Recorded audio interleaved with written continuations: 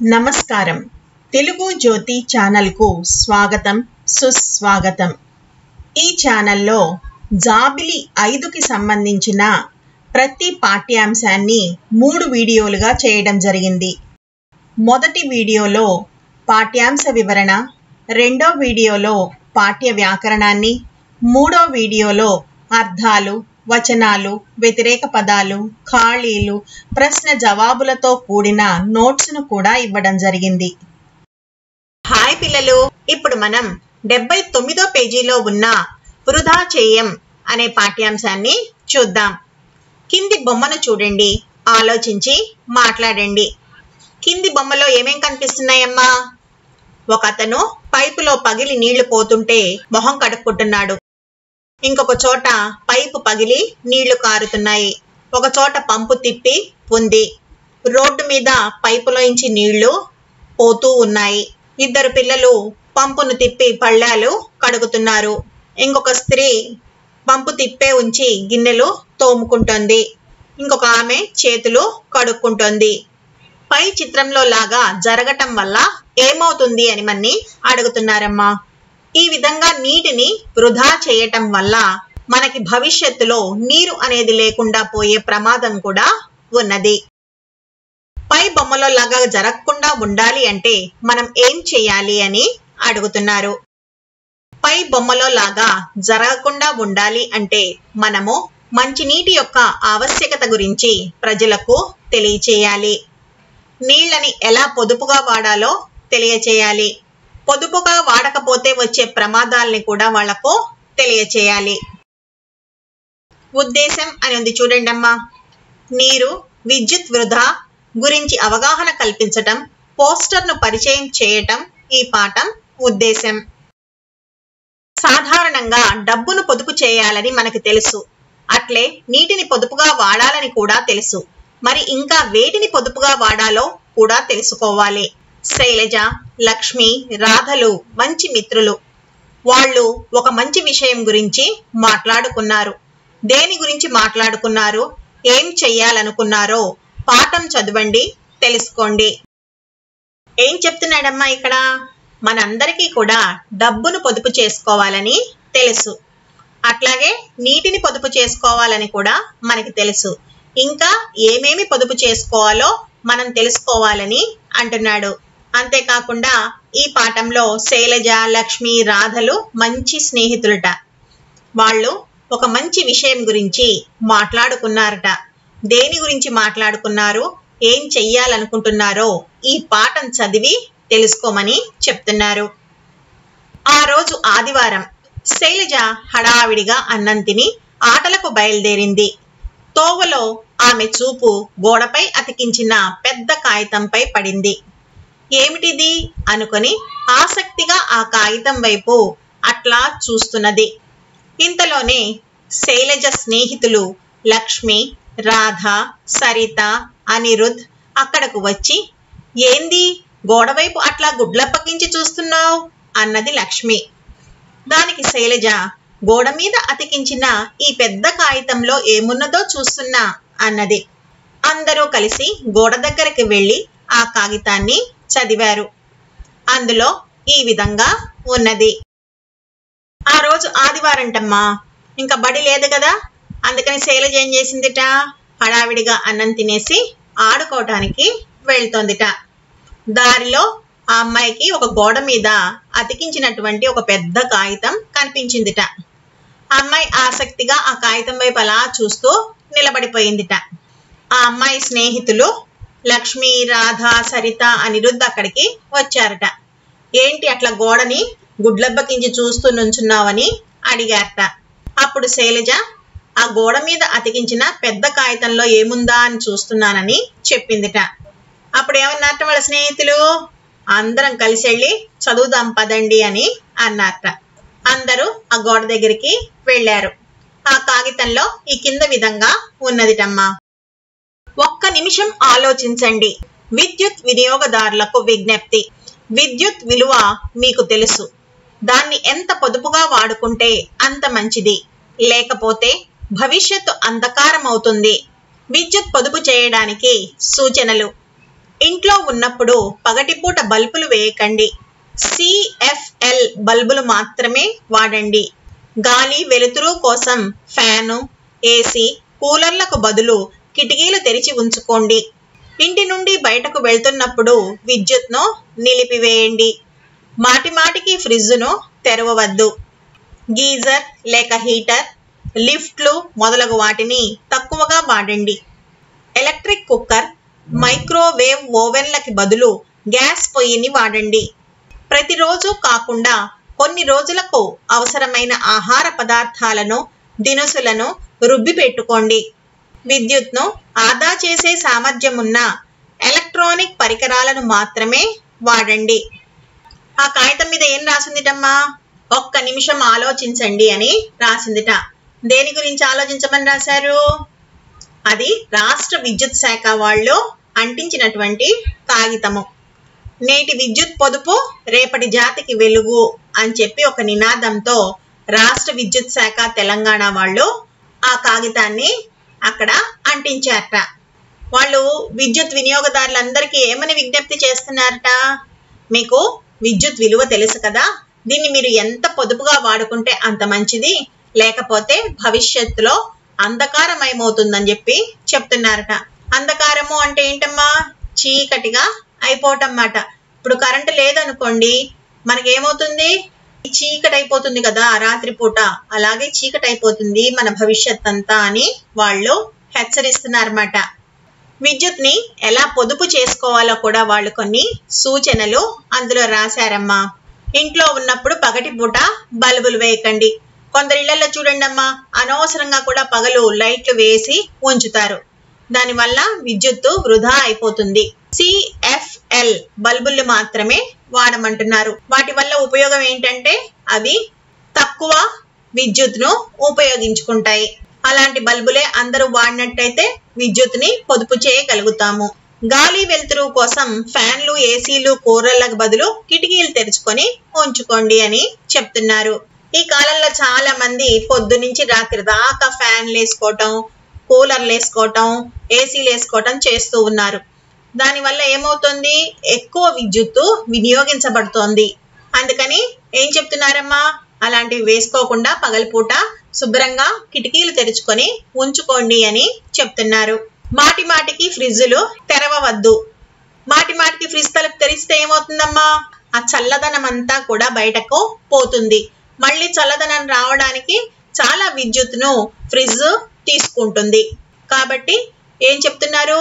మాటి మాటికి ఫ్రిడ్జ్ తలుపులు తీయకండి. ఒకసారి తీసి తలుపు కావలసినవన్నీ ఒకేసారి తీసేసుకోవాలి. అలా చేయమని చెప్తున్నారు. గీజరు, హీటరు, లిఫ్ట్లు మొదలగు వాటిని తక్కువగా వాడండి అని చెప్తున్నారు. ఈ గీజర్లు, హీటర్లు అన్నవి చాలా ఎక్కువ విద్యుత్ను వినియోగించుకుంటాయి. కాబట్టి వాటి వాడకాన్ని తగ్గించమని చెప్తున్నారు. ఎలక్ట్రిక్ కుక్కర్లు, మైక్రోవేవ్ ఓవెన్లకు బదులుగా గ్యాస్ పొయ్యిని వాడమంటున్నారు. ప్రతిరోజు కాకుండా కొన్ని రోజులకు అవసరమైనటువంటి ఆహార పదార్థాలని, దినుసులని రుబ్బి పెట్టుకోండి అని చెప్తున్నారు. రోజు మిక్సీలు వేసామనుకోండి చాలా కరెంటు అయిపోతుంది. కాబట్టి 2-3 రోజులకు కావలసినటువంటి పిండి అన్నీ కూడా పట్టి పెట్టేసుకోండి, రోజు వేసుకోకండి అని సూచన ఇస్తున్నారు. ఇంకా ఏం చెప్తున్నారమ్మా? విద్యుత్ ని ఆదా చేసే సామర్థ్యం ఉన్నటువంటి 5 నక్షత్రాలు అంటే 5 స్టార్ ఎలక్ట్రానిక్ పరికరాలను మాత్రమే వాడండి అని చెప్తున్నారు. మీరు గమనించినట్టయితే ఫ్రిడ్జ్, ఏసీ మొదలైనటువంటి ఎలక్ట్రానిక్ పరికరాల మీద నక్షత్రాల గుర్తులు వేసి ఉంటాయమ్మా. 5 నక్షత్రాలు వేసినవైతే తక్కువ విద్యుత్ ని అవి వినియోగించుకుంటాయి. కాబట్టి ఏం చెప్తున్నారు? 5 నక్షత్రాల ఎలక్ట్రానిక్ పరికరాలని మాత్రమే వాడండి. దానివల్ల విద్యుత్ను పొదుపు చేయగలుగుతాము అని వాళ్ళు చెప్తున్నారు. ఈ విధంగా రాష్ట్ర విద్యుత్ శాఖ తెలంగాణ వాళ్ళు ప్రజలకు విజ్ఞప్తి చేస్తున్నారమ్మా. ఇందులో విద్యుత్కు సంబంధించిన వివరాలు ఉన్నాయి. విద్యుత్ను పొదుపు చేయమని రాసి ఉన్నది అన్నారు లక్ష్మి, రాధ, అనిరుద్. పెద్ద పెద్ద కాగితాలు గోడకు అతికించి ఉండటం చూస్తూ ఆడుకోవడానికి మైదానం వైపు ఉరికారు. అందుకని వాళ్ళు ఏం చేశారు? అందులో విద్యుత్ కి సంబంధించిన వివరాలు ఉన్నాయి, విద్యుత్ ని పొదుపు చేయమని అందులో రాశారు అని దాన్ని చదివి అనుకున్నారు వాళ్ళు. ఈ పెద్ద పెద్ద కాగితాల వంక చూసుకుంటూ వాళ్ళు ఇంకా ఆడుకోవడానికి వచ్చారు కదా, అందుకని అందరూ కూడా మైదానం వైపు పరిగెత్తారు. ఇంతలో నర్మద అక్కడకు రావడం చూసి పిల్లలందరూ సంతోషంగా అక్క అని ఆమె చుట్టూ చేరారు. ఇంతలో నర్మద అనే అమ్మాయి అక్కడికి వచ్చిందిటమ్మా. పిల్లలందరూ కూడా సంతోషంగా ఆ అమ్మాయి దగ్గరికి అక్క అని పరిగెట్టారట. నర్మద, ఏం మాట్లాడుకుంటున్నారు? శైలజ, అక్క, గోడపై పెద్ద పెద్ద కాగితాలు అతికించి ఉండటం మేము ఇక్కడికి వస్తుంటే చూసాం, దాని గురించే మేమందరం మాట్లాడుకుంటున్నాం. నర్మద అడిగిందిటమ్మా, ఏంటి మీరందరూ దేని గురించి మాట్లాడుకుంటున్నారు అని. అప్పుడు శైలజ ఏం చెప్పిందిటమ్మా, అక్క, మేము ఇక్కడికి వస్తున్నప్పుడు గోడ మీద పెద్ద పెద్ద కాగితాలు అంటించున్నాయి, వాటి గురించే మేము మాట్లాడుకుంటున్నాము అని చెప్పిందిట. నర్మద, అదా సంగతి, నేను కూడా ఇటు దిక్కున వస్తుంటే గోడపై చూశాను, దాన్ని పెద్ద కాగితం అనకూడదు, పోస్టర్ అనాలి. నర్మద ఏం చెప్పిందిటమ్మా, ఓ అదా సంగతి, నేను కూడా ఇటువైపు వస్తున్నప్పుడు గోడ పైన చూశాను, నేను దాన్ని పెద్ద కాగితం అనకూడదు, దాన్ని పోస్టర్ అనాలి అని చెప్పిందిట. రాధ, మరి దాన్ని ఎవరు అక్కడ అతికించారు? నర్మద, విద్యుత్ శాఖ వారు అతికించారు. ఇటువంటి పోస్టర్లు మీరు ఇంకా ఏమైనా చూసారా? రాధ అడిగిందిటమ్మా, దాన్ని ఎవరు అక్కడ అతికించారక్క అని. అప్పుడు నర్మద ఏం చెప్పిందిట, విద్యుత్ శాఖ వారు దాన్ని అతికించారు, మీరు ఎప్పుడైనా ఇట్లాంటి పోస్టర్లు ఏమైనా చూసారా అని అడిగిందిట. సరిత, ఇంతకన్నా కొంచెం చిన్న పోస్టర్ను మన ఊరి జాతరలో చూశాం. ఫిబ్రవరి 4వ తేదీ వసంత పంచమి నాడు అనంత సాగర్లో సరస్వతీ మాత ఉత్సవం జరుగుతుందని రాసి ఉన్నది. సరిత అనే అమ్మాయి ఏం చెప్పిందిటమ్మా, ఇంత పెద్దది కాదు గాని దీనికంటే కొంచెం చిన్న పోస్టర్ ని మన ఊరి జాతరలో చూశాము. ఫిబ్రవరి 4వ తేదీన వసంత పంచమి రోజు నాడు అనంత సాగర్ లో సరస్వతీ మాత ఉత్సవం జరుగుతుందని దాంట్లో రాసి ఉంది అని చెప్పిందిట. నర్మద, ఇంకా ఎవరైనా ఇటువంటి పోస్టర్ చూసారా? నర్మద అడిగిందిటమ్మా మిగతా పిల్లల్ని, మీరేమన్నా ఇలాంటి పోస్టర్లు చూసారా అని. అనిరుద్, సినిమా పోస్టర్ చూశాను, దాని మీద హీరో బొమ్మలు ఇంకా వేరే బొమ్మలు కూడా ఉన్నాయి. సినిమా పేరు, దర్శకుని పేరు, నిర్మాత పేరు ఇంకా వేరే పేర్లు కూడా రాసి ఉన్నాయి. అనిరుద్ ఏం చెప్పాటమ్మా, ఇలాంటివి నేను సినిమా పోస్టర్ ఒకటి చూశానని చెప్పి చెప్పాట. దాని మీద హీరో బొమ్మలున్నాయి, ఇంకా వేరే బొమ్మలున్నాయి, దాని మీద సినిమా పేరు, దర్శకుడు పేరు, నిర్మాత పేరు ఇంకా వేరే పేర్లు కూడా రాసున్నాయని చెప్పాట. శైలజ, చిన్నపిల్లలకు పోలియో చుక్కలు వేయించాలని మన ఊర్లో పోస్టరు అతికించారు. శైలజ అనే అమ్మాయి ఏం చెప్పిందిటమ్మా, చిన్నపిల్లలకు పోలియో చుక్కలు వేయించాలని మన ఊర్లో ఒక పోస్టర్ అతికిచ్చారు, అది నేను చూశానని చెప్పింది. లక్ష్మి, ఈ పోస్టర్లు ఎందుకు అతికిస్తారు? లక్ష్మి అనే అమ్మాయి నర్మదని అడిగిందిటమ్మా, అసలు ఈ పోస్టర్లు ఎందుకు అతికిస్తారు అని. నర్మద, సమాచారం అందరికీ తెలపడం కోసం, ప్రజలను చైతన్యపరచడం కోసం కార్యాలయాల్లో, చౌరస్తాలలో, జనసమ్మర్దంగా ఉండే చోట పోస్టర్లను అతికిస్తారు. ప్రభుత్వ కార్యక్రమాలను గురించి తెలియజేయడానికి వ్యాపార సంస్థలు తమ సంస్థల గురించి, ఉత్పత్తుల గురించి ప్రచారం చేసుకొనుటకు పోస్టర్లను ముద్రించి గోడల మీద అతికిస్తారు. అప్పుడు నర్మద వాళ్ళకి వివరించి చెప్పిందిటమ్మా, ఈ పోస్టర్లని సమాచారం అందరికీ తెలపడం కోసమో, ప్రజలని చైతన్యవంతం చేయటం కోసమో కార్యాలయాల్లోనూ, చౌరస్తా అంటే 4 రోడ్ల కూడలిలోనూ, జనసమ్మర్దంగా ఉండే చోట, జనసమ్మర్దంగా అంటే ఎక్కువ మంది ప్రజలు ఉండే చోట అంటిస్తూ ఉంటారని చెప్పిందిట.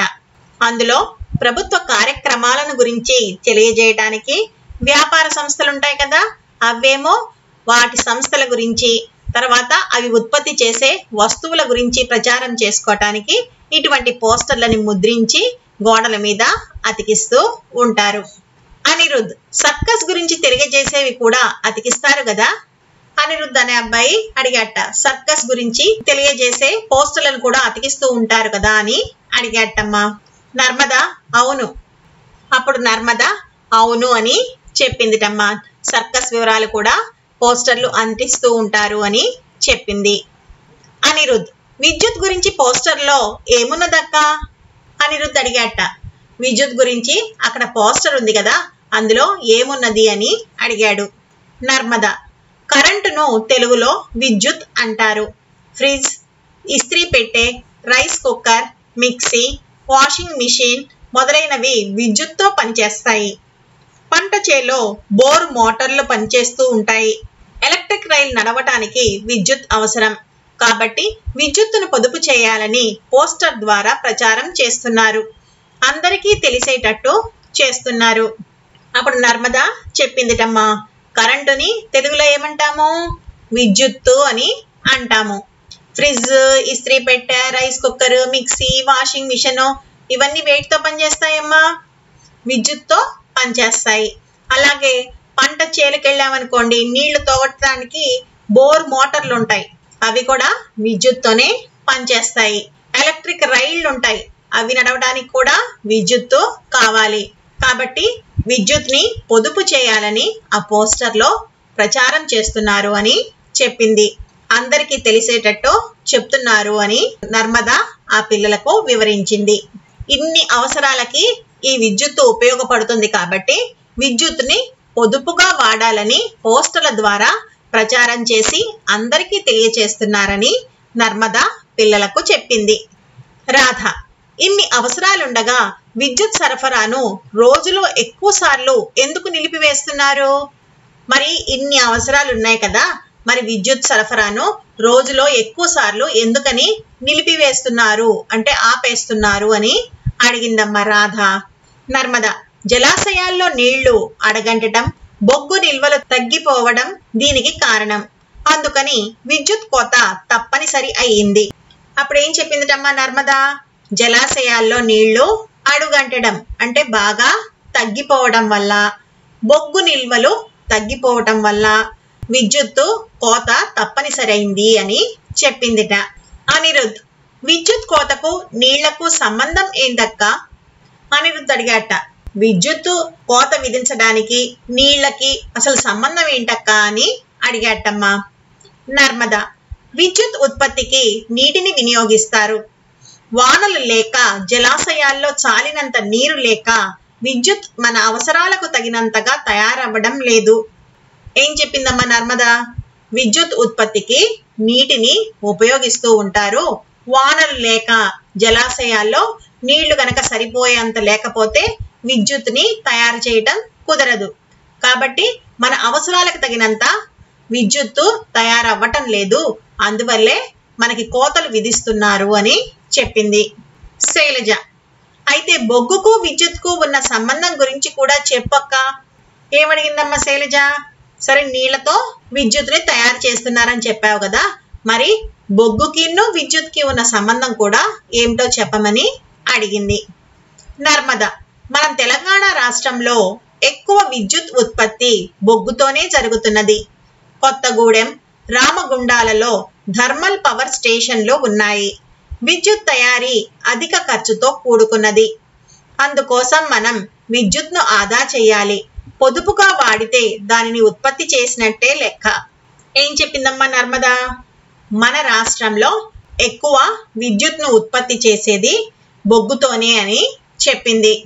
మనకి కొత్తగూడెము, రామగుండంలో థర్మల్ పవర్ స్టేషన్లు ఉన్నాయి. విద్యుత్ తయారు చేయాలి అంటే ఏమవుతుందిట? చాలా ఎక్కువ డబ్బులు ఖర్చు అవుతాయట. అందుకోసమే మనం విద్యుత్ని పొదుపుగా వాడాలి అని చెప్పిందమ్మా. ఇంకా ఏం చెప్పింది? మనం గనక విద్యుత్ని పొదుపుగా వాడితే దానిని ఉత్పత్తి చేసినట్టే లెక్క అని చెప్పింది. సరిత: ఆదా చేయటమా అంటే? సరిత నర్మదాని అడిగిందిటమ్మా, అసలు ఆదా చేయటం అంటే ఏంటి అని. నర్మద: మన ఇంటిలో అవసరం లేకున్నా ఫ్యాన్ వేయడం, ఫ్రిడ్జ్ తలుపు మాటిమాటికి తీయడం, ఇంట్లో ఎక్కువ బల్బులు వాడటం, పగటిపూట కూడా లైట్లు వెలిగించడం మొదలైన వాటితో విద్యుత్ను వృధా చేస్తున్నాం. ఇవన్నీ తగ్గిస్తే విద్యుత్ను ఉత్పత్తి చేస్తున్నట్లే. అందుకని విద్యుత్ను వినియోగించే ముందు ఒక్క నిమిషం ఆలోచించాలి. ఏం చెప్పిందిటమ్మా నర్మద? మన ఇంట్లో అవసరం లేకపోయినా కూడా ఫ్యాన్లు వేసుకుంటూ ఉంటాము, ఫ్రిడ్జ్ తలుపులు మాటిమాటికి తీయటము, ఇంట్లో ఎక్కువ బల్బులు వాడటం, పగటి పూట కూడా లైట్లు వేసి ఉంచటం, వీటి వల్ల ఏమవుతుంది? విద్యుత్ అంతా వృధా అయిపోతుంది. ఇవన్నీ గనక తగ్గించామనుకోండి మనమే విద్యుత్ని ఉత్పత్తి చేసినట్లు అవుతుంది అని చెప్పిందిట. అందుకని మనము విద్యుత్ వస్తువులని వాడేటప్పుడు 1 నిమిషం ఆలోచించి ఇది అవసరమా కాదా అని ఆలోచించి వాడమని చెప్తోంది. పిల్లలందరూ సరే అక్క, ఈ రోజు నుంచి మేమంతా మా ఇండ్లలో విద్యుత్ను వృధా చెయ్యం అని ప్రతిజ్ఞ చేస్తున్నాం అని పిల్లలందరూ నర్మద అక్క దగ్గర నుంచి వెళ్ళి ఆటల్లో మునిగిపోయారు. అప్పుడు పిల్లలందరూ ఏం చేశారమ్మా, ఈ రోజు నుంచి మేమంతా కూడా మా ఇళ్లలో విద్యుత్ని వృధా చేయము అని ప్రతిజ్ఞ చేశారట. నర్మదా అక్క దగ్గర నుంచి వెళ్ళి మరి ఆదివారం ఆడుకోవడానికే కదా వాళ్ళందరూ మైదానానికి వచ్చింది, అందుకని చక్కగా ఆడుకోవటంలో మునిగిపోయారట. చూసారా పిల్లలు, ఈ పాఠ్యాంశంలో మనకి విద్యుత్ పొదుపును ఏ విధంగా చేయాలో చక్కగా వివరించి చెప్పారు. మీరు కూడా మీ ఇండ్లలో అనవసరంగా విద్యుత్ను ఉపయోగించుకోకుండా విద్యుత్ను పొదుపు చేయండి. తరువాత వీడియోలో ఈ పాఠ్యాంశానికి సంబంధించిన వ్యాకరణాన్ని చూద్దాం. ఈ వీడియో మీకు నచ్చినట్టయితే లైక్, షేర్ మరియు సబ్స్క్రైబ్ చేయండి. కొత్త వీడియో నోటిఫికేషన్ కొరకు బెల్ ఐకాన్ను ట్యాప్ చేయండి.